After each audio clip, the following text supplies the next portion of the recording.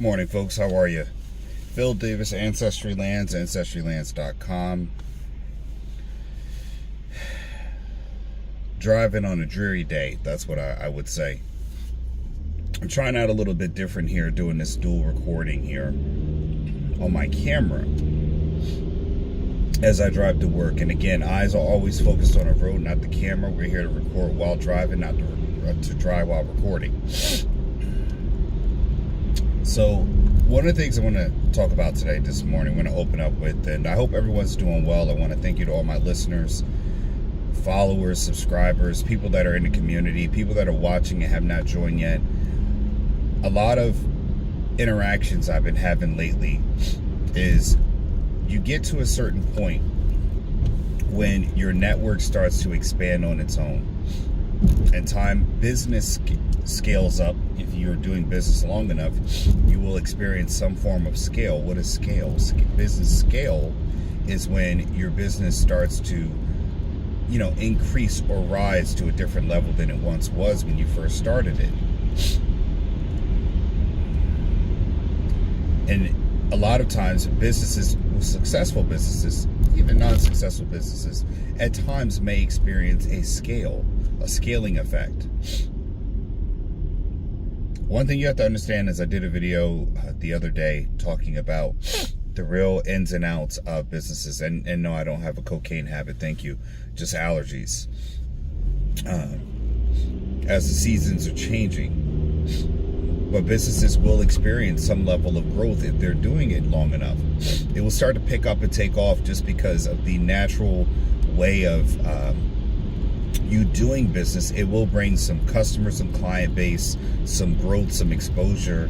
And if you manage to do that long enough, if you manage to do it successfully enough, you will start to get noticed by the outside world.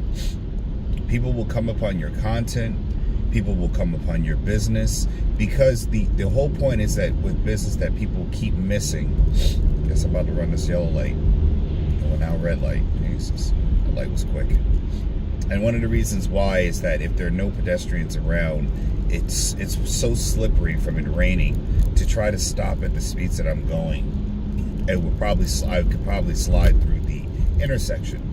If there were pedestrians around, then it would be more of an aggressive stop because you don't want people to dart out. But at some point, the key to business is the consistency that's needed. And again, I'm going to tell you folks, like running a business, a full-on business where you are going to do the business day in and day out, it's a daunting task. I mean, I have children, I have a wife, I have a family, I have a job too as well, and a 20-year-long career. I have other responsibilities. And the one thing I realize is that it can be draining at times. I find myself not having enough time for even myself if I wanted to. I most of my days, and again, my kids will probably see this and realize this. Most of my nights I'm up late, and when I go to bed, I'm exhausted, tired. This is the face of a man who's tired.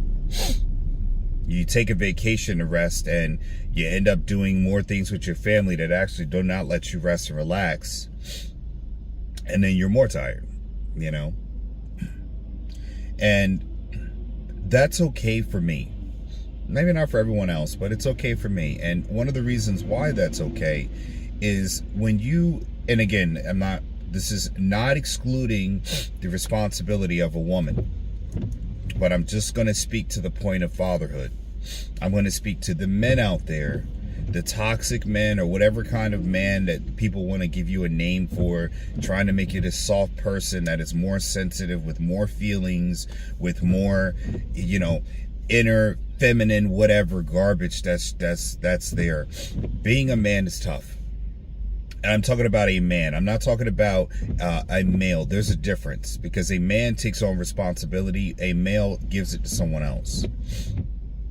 A male is going to adopt feminine traits because that's what the feminine wants a male to be, something a little less male, if you will, which is more aligned with the feminine. And we got all of these buzzwords and these, psychosocial babble that they try to do to effeminate men, to make us less productive.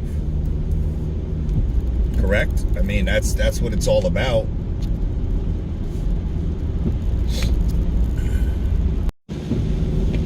So we're right back now again. Rain's picking up, getting even heavier now. And you're going to be along for the ride. I don't care. If you're watching this is what it's like. It's dreary, raining in Philadelphia or Pennsylvania, the suburbs of Philadelphia. I'm trying my best to drive safe as this comes down. But this is what happens that brings the spring showers, bring May flowers, even though, what is that, April showers bring spring flowers. But back to what I was saying about the, trying to effeminate males.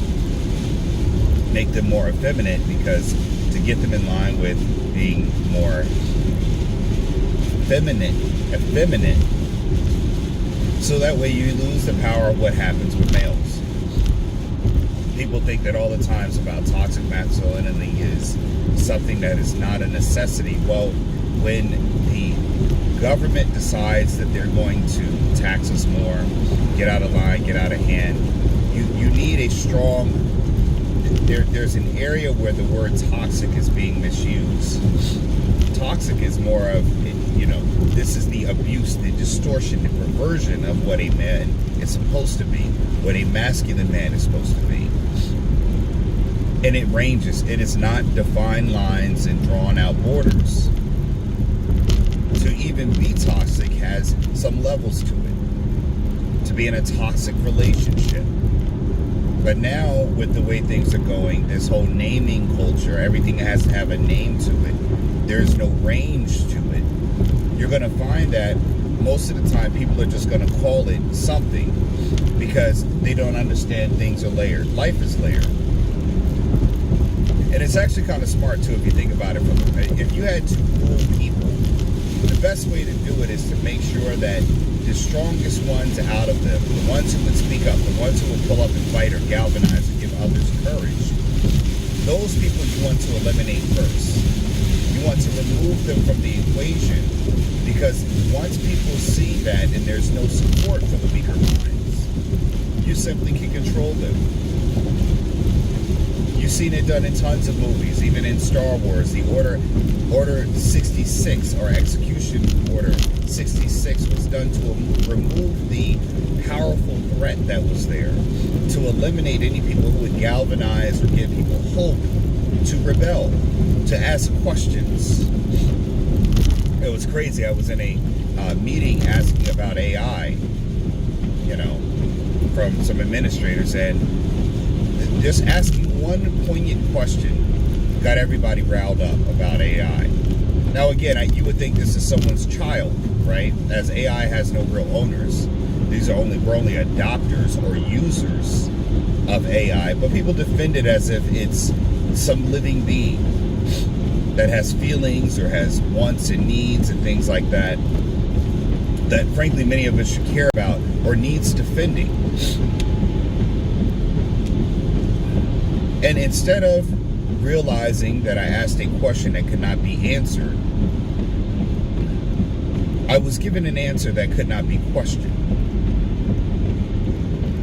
So, again, I'm going to go back. I do a follow-up question for it, because, again, if you have, a lot of people are great at telling you AI is here and they're great to put it into their systems.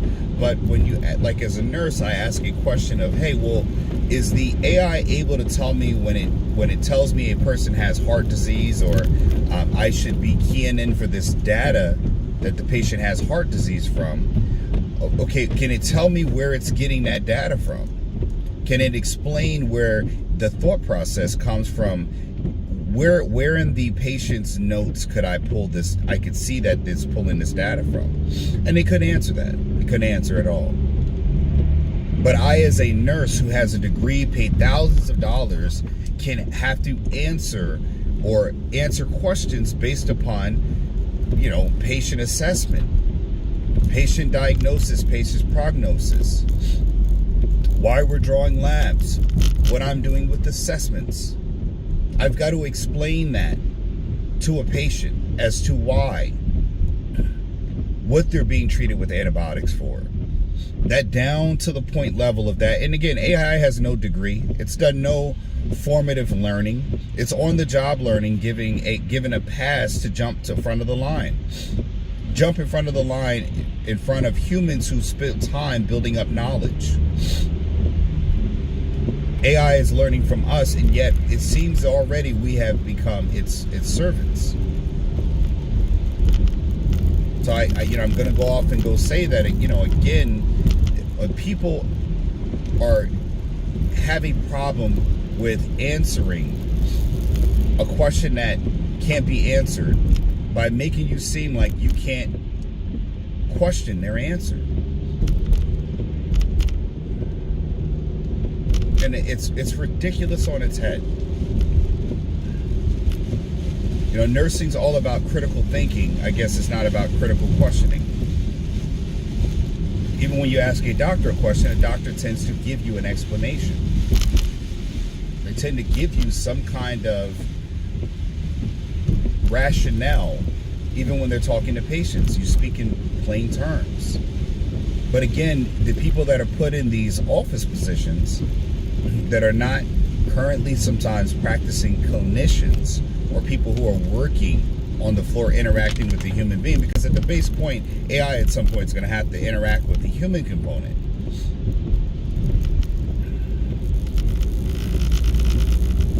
When they're not at the bottom level, or haven't been there, or weren't good practitioners at the bottom level, or the patient level, if you will, they don't have to do the notes, they do the reports, which just seems like what a lot of upper management is all about. Reports. Not about the health of a company, the morale of a company. None of that is of concern. Then, yeah, you're going to have those issues. And those are questions that can't be, or answers that can't be questioned, not questions that can't be answered. Even the AI tech guy that was doing the presentation, one simple question, you can see his face getting red. And then I knew that I got him because, again, he went to attack me at the base level of AI is just a tool that's supposed to point you, yeah, I got it. And then the low-life Karen that she was decided to go and explain that she had no way of describing AI in the same way that her teenage son could, which is ridiculous on its head. That a child could elaborate on the benefits or use of AIs, yet she was here to defend it.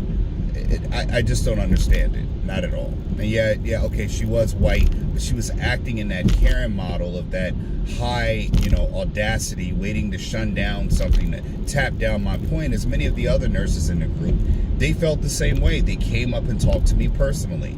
But again, most of them were scared to speak out. But again, I am a man, not a male. And when society removes more men like me, you'll be stuck with the males looking to conform. At 43 years old, I'm in a room with people, ooh, you're going to be on the naughty list. And I'm looking at them like, what a slave mind to have. Scared that you would be reprimanded for questioning.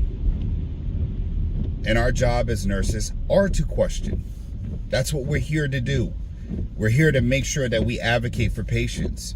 And again, I've got to make sure that I cover my butt, because my documentation has to explain why I'm writing what I'm writing, why I implement what I implemented. Because again, the one thing about it is that when you go into court, the AI is not there to help defend a nurse. That's what they don't tell you. They don't get you on that part. When you get sued, the care activity or the thing that the AI is prompting you to do, the intervention it's guiding you towards, you've got to explain why you went in that direction, why you made that suggestion. And again, if AI is telling you everything to do, then you're essentially going to be less than what you need to be, right? Because we don't need you to be a critical thinker. And I'm challenging this even as a nurse. I've been a nurse for 20 years. AI has not been around for 20 years in the field. It's not been around 20 years in the field. It hasn't. not practicing, working, interacting with patients, looking and reading over documentation and scanning and looking for keywords or prompts. But again, the critical thinking part is being left out. And I mean, again, AI will get better. I'm sure of it. I'm sure it will get much better. But again, when you have a world where people need to look to something else for guidance, when you look to AI to give you your thoughts, your inputs, and you don't have them on your own, that's becoming a dangerous place. Because people are no longer thinking for themselves. What they're doing is taking instruction from someone else. You see this with Black culture, where they're now taking instruction from the government and other areas or institutions that can tell you, you ain't black if you don't vote for a white man. You're black if you don't support the You're not black if you don't support the Democratic Party. You're not black, or you're a bad person if you don't take a vaccine, an experimental vaccine that people seem to advocate without, you can't ask one critical question. I mean, again, no one can ask a question, just shut up and take it. And as you whittle down people more and more, you will lose the identity of humanity. You will lose the spirit of humanity. You will lose the soul of humanity. Because again, you have now subservient people who will do as they're told, not as they please. And when you remove the male, the strong masculine male, the man out of the component, when you get a male can be easily contorted into something else. Because again, there's male and female, but there is a difference between a man and a woman. Correct? Everybody knows that. When a man walks in the door, even a child responds to a man's energy. There's an awareness, even other males respond to the man's energy. Other men can perceive the man. He creates a field around himself of awareness to himself and others. His presence is felt, even though his presence could not be known.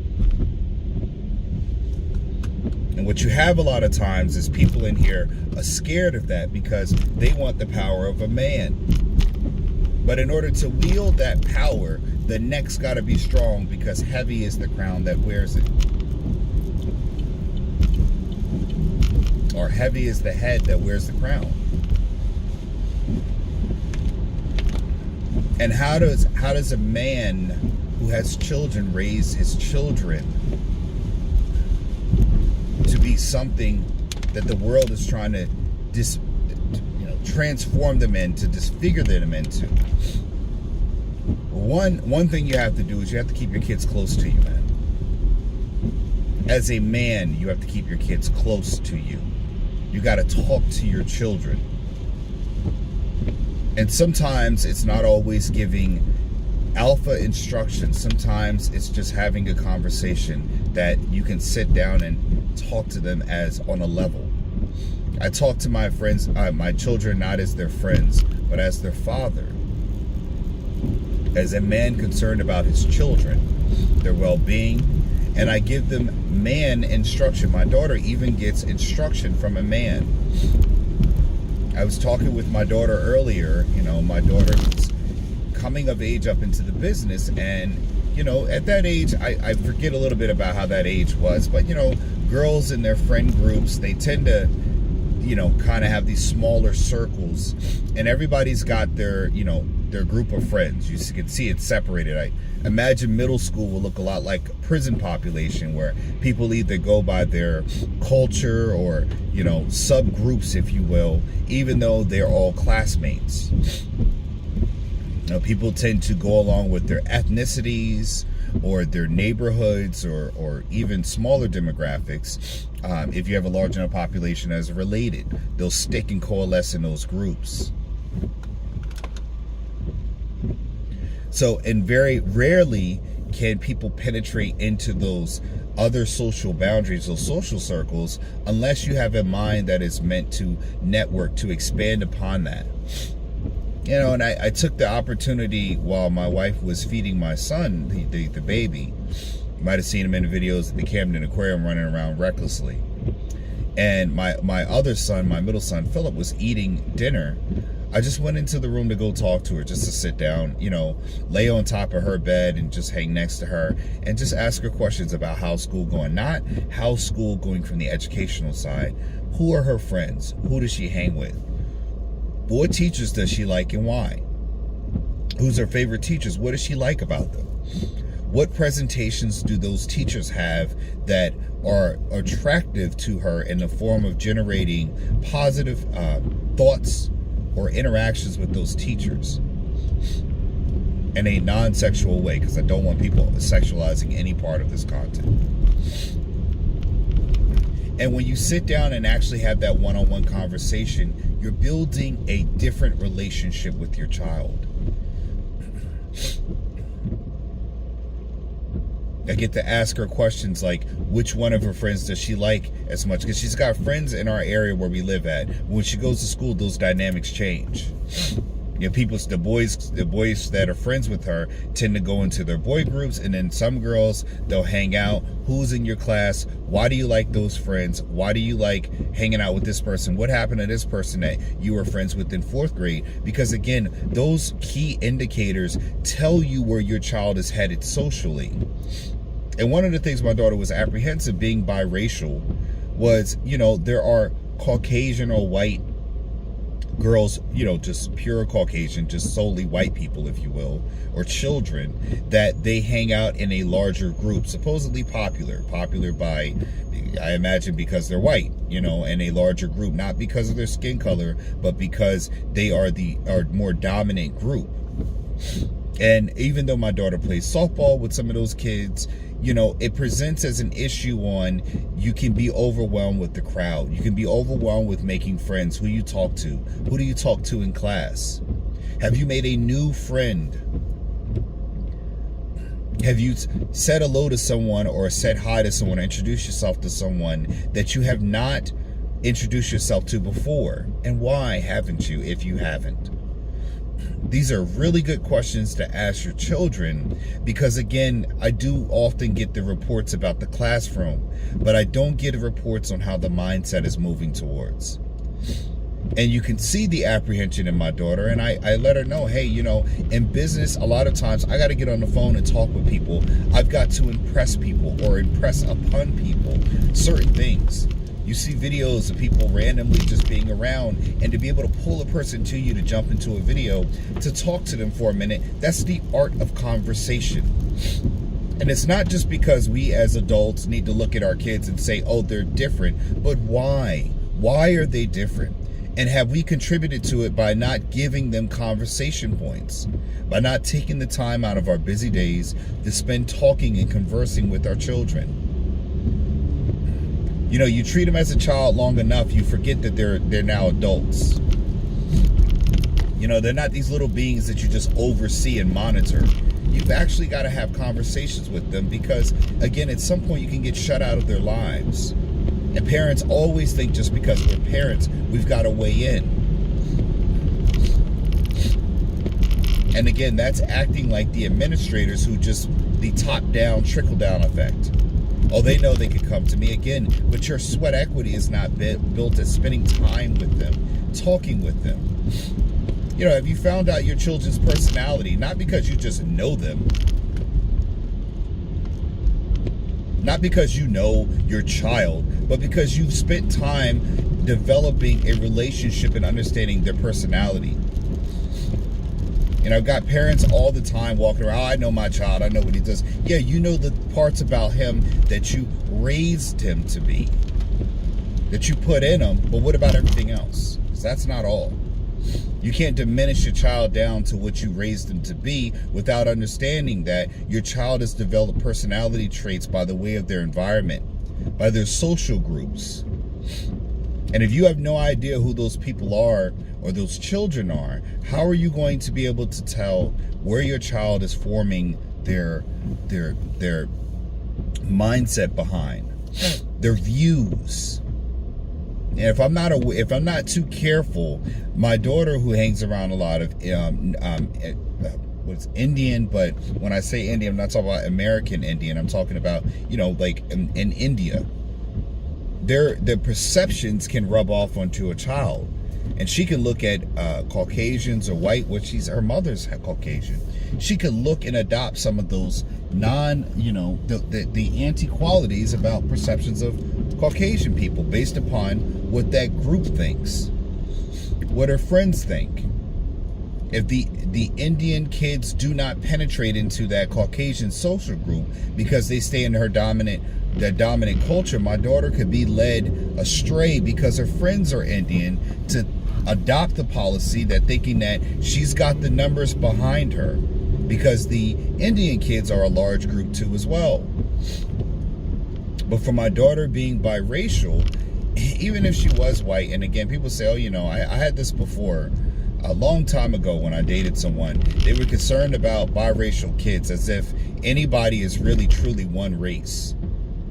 I'm just all Italian, nothing else, right? Nothing, you've got nothing else. And now we got spit tests to show that even, what was it? The people in the Nazi party might have had something else in them. They were persecuting the thing that they are, that they said they hated, that they were themselves.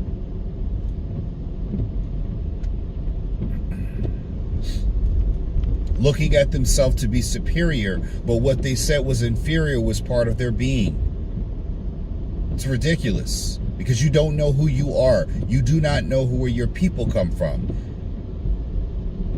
You do not understand the line of your people that have come before you, because the information is lost.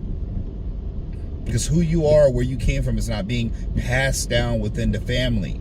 There's no sense of pride and honor in who you are. So when I told my daughter, I said, hey, in business, sometimes you got to do the uncomfortable thing. Sometimes I've had to get in front of the camera, or sometimes I've been asked to speak when I didn't know what to say. And that courage sometimes can open up doors for you beyond, way, way beyond what you thought it could, because you had the courage to try and fail. Not fail to try. My daughter listened. And I told her, I said, don't be afraid of rejection. Because what that probably is, they're scared to come up. Because again, it's safe being with friends and things you know. It's safe being in an area like this and saying, there's tons of blacks out here, but there's trash on every corner. It's safe to be in an environment where you don't have to change and evolve. You put any one of these people in an all-white area, people start getting uncomfortable. Because what they lack is adaptability.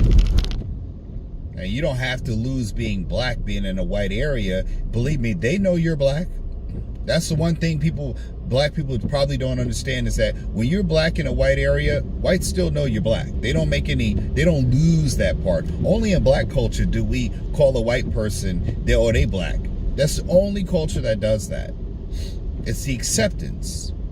And other cultures are not accepting. They're tolerable, but they're not accepting.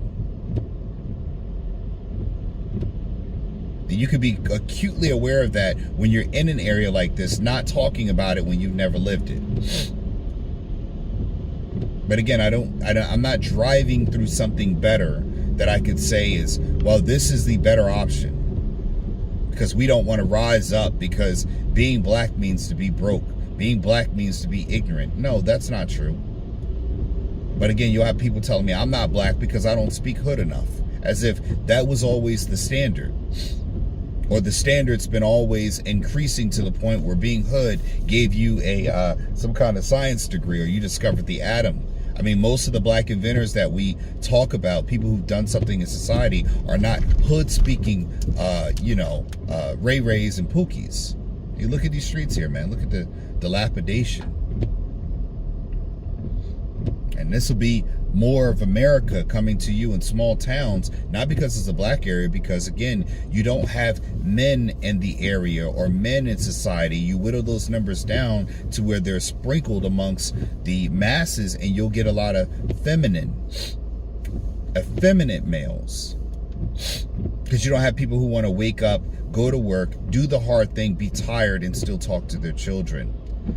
Still run a business, still go and do nursing, still do the things they need to do to turn things around.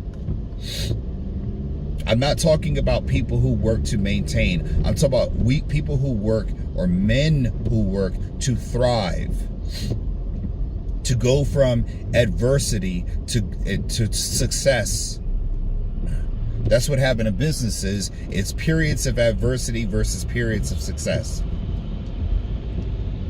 And you've got to get through that adversity to be successful. Because I'll tell you one thing, honestly, having a business, being successful are just periods in time. And most of it, you got to go through adversity. It's not always in the beginning. In the beginning, you have the adversity of starting. In the middle, you got the adversity of growing. At some point later, you got the adversity of maintaining. And then at some point later, once you get high enough, you got the adversity of not failing. Not losing it all. Because you do have companies that have been around for 50, 60 years that are no longer here. You ever heard this thing called Staples? No, probably not, right? What about Blockbuster Video? Right, gone.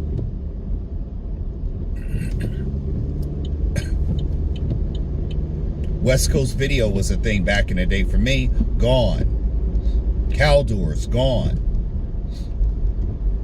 Woolworth, gone.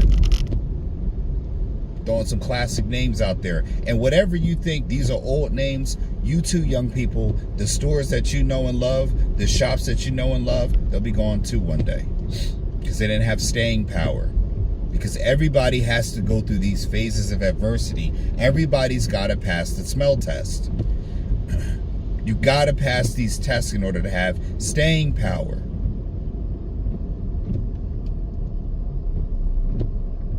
And through these adversities, character is built. Through these adversities in life, character is built. Which is why I told my daughter, don't be scared to make a new friend. Don't be scared of rejection. Do not be scared of someone saying, no, I'm good, or someone falling back into the masses to ridicule you at a point because they don't have the courage to be a friend back. When I met my wife wasn't exactly like, ooh, I want him at first. I had to have a conversation with her. I had to talk to her. Our relationship was built on attraction, but not an attraction to the point where, hey, we were looking for each other. You hear that saying that you'll find what you want when you're not looking for it? Kind of how it happened. We built a relationship because, yes, there is attraction, but there was a conversation, a mental melding of the minds that said, hey, this is a good fit for us. Because you could be attracted to someone, but they don't want the same thing as you. They don't want a successful relationship in life. They don't have the fear of breaking up a family because they never came from one, a broken family. They don't understand your pain. They don't understand the trials and tribulations you've been through in life. And when you meet a person like that, it's a different thing that keeps you when the body's not as young as it used to be.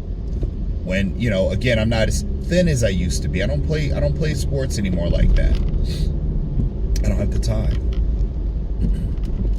And when I say play sports, I'm not talking about pickup games or anything else like that. I'm talking about year-round sports like I used to when I was a teenager. You don't have the time. Different responsibilities, different phase in life. When you're younger, you had the adversity of trying to get into enough shape to get to college. When you get to college, you try to stay in shape enough to stay good in college to keep that scholarship. When you get older, the adversity is trying to stay in shape and lose the weight. How's that for them apples?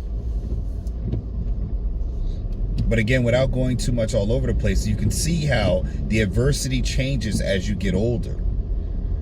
As you go through stages of growth and scale. And even your children will have to grow and overcome adversity. They will.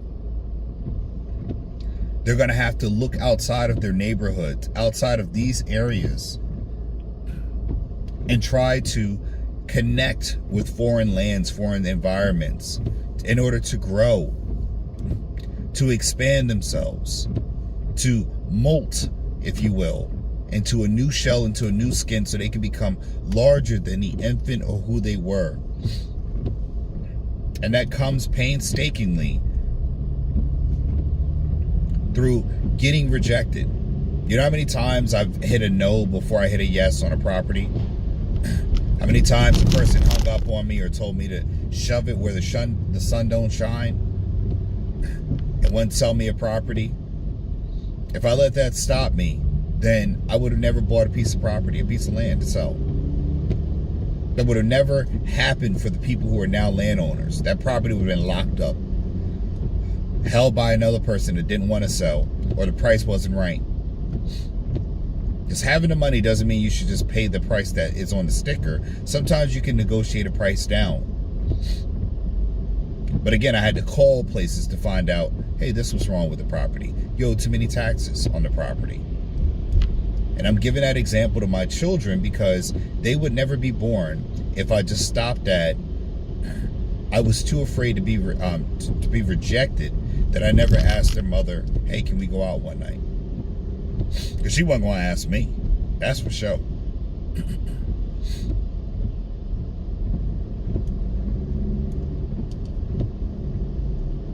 So again, it's a lesson for my children to understand that, hey, you know what? Someone's got to be brave for things to happen, because my children are beautiful.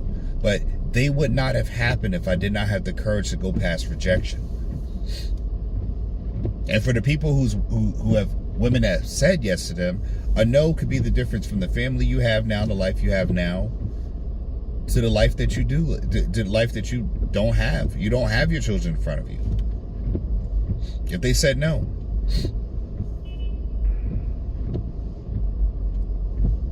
Come on, man. Like, go. Get off your freaking phone, dude. Like, you're just sitting there. The light's green, man. Just go. Don't understand. You're driving. It's raining. Why are you on your phone texting and looking up whatever you're looking up? Can see them through the back window. Can see them.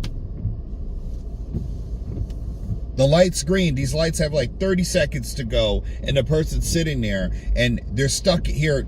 They're braking because they're more focused on their phone. People, get off your freaking phones when you're driving. This is what it's like being behind you. Extremely frustrating. The text message can wait. Any which way, folks. We're in the other, what is this part of? Southwest part of Philadelphia here. It's coming upon Drexel University. Dreary day in the city. It is. Fog. Look at that fog over top of the buildings there. Huh? It's interesting there. In any case, folks, my book is available on Amazon, Getting Dollars from Dirt, A Beginner's Guide to Vacant Land Investing, by Philip Davis. Available on Amazon, folks. Get you a copy today. Learn something, build your knowledge, build your base.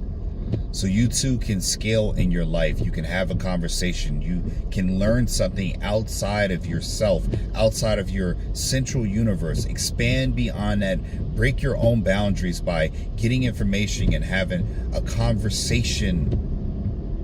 And don't worry about being rejected,